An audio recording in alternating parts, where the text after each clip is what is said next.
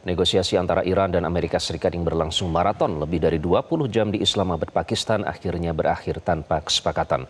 Kedua delegasi meninggalkan meja perundingan dengan posisi yang masih saling bertolak belakang, terutama pada isu krusial seperti program nuklir Iran, kontrol dan keamanan Selat Hormuz, serta sejumlah syarat politik yang dianggap terlalu berat oleh masing-masing pihak.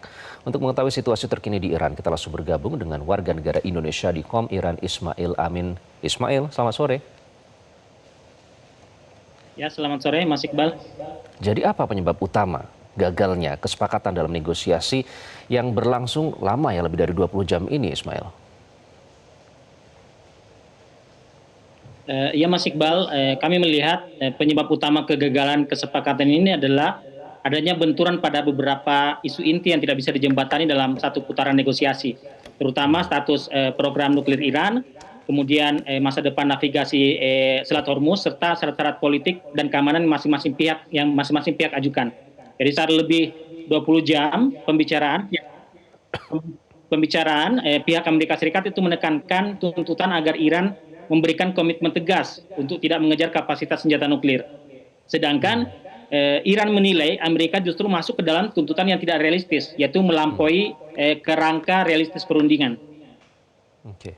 Ismail, jadi kan Presiden Trump sebenarnya sebelumnya menyebut 10 tuntutan yang diajukan Iran itu sebagai workable basis, ya, artinya dasar yang akan mungkin dibicarakan dalam proses negosiasi. Nah, sebenarnya yang dimaksud dengan tuntutan yang berlebihan itu poin-poin apa saja sih?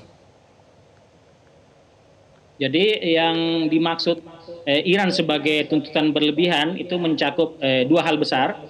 Pertama, Iran tetap diminta untuk penghentian total pengayaan uranium. Bahkan uranium diminta untuk diserahkan.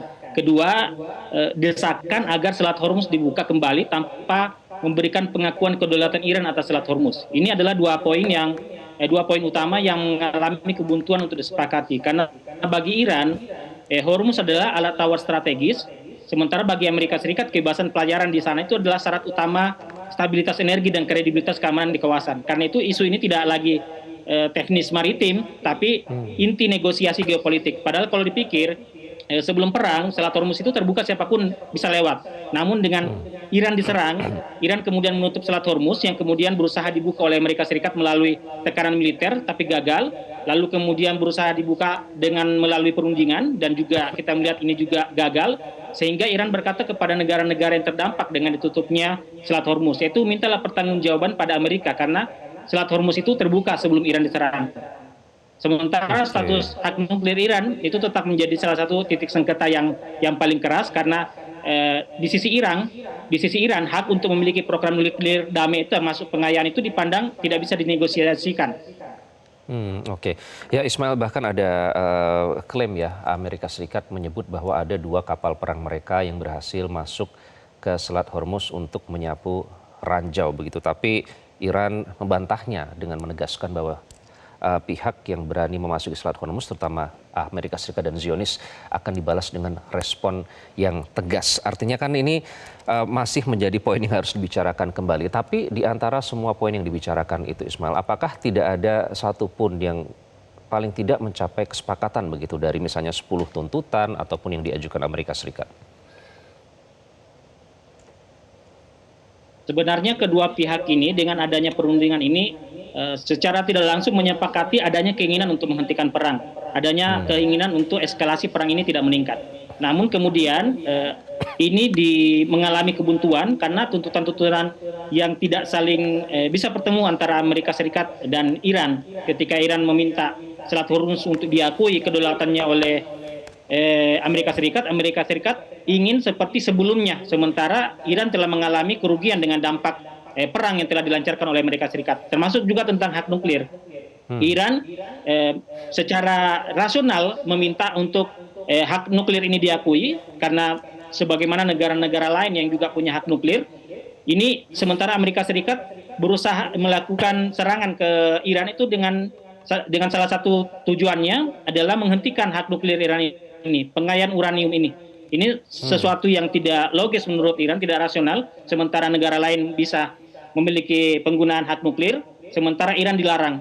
Sementara Iran dalam beberapa dekade ini itu telah berusaha untuk secara kooperatif menunjukkan bahwa Iran sama sekali tidak menginginkan penggunaan nuklirnya untuk persenjataan.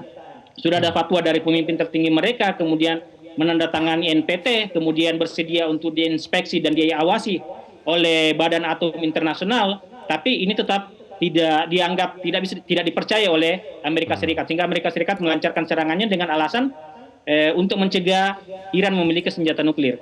Lagi-lagi selalu digunakan untuk menjustify serangan ya. Padahal sebenarnya Iran telah mencapai kesepakatan dengan Amerika Serikat tahun 2015 namun ditangguhkan sendiri oleh Trump. Nah selanjutnya Ismail, apa yang akan dilakukan oleh pihak Iran? Mengingat Amerika Serikat, JD Vance langsung muncul ke podium ke permukaan bilang bahwa negosiasi tidak berhasil dan kami harus pulang begitu. Apa yang akan dilakukan Iran selanjutnya? Ya, untuk sementara karena memang kesepakatan awalnya jeda perang ini ada 15 hari.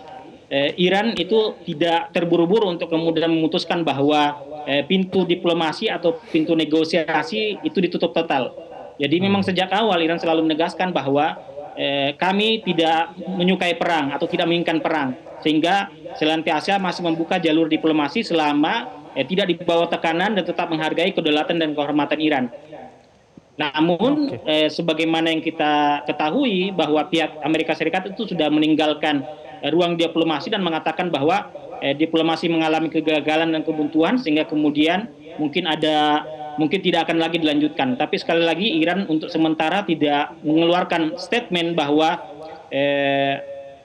perundingan ini berakhir total. Masih senantiasa membuka ruang untuk diplomasi dan diskusi untuk kemudian mendapatkan hasil yang bisa menguntungkan kedua belah pihak.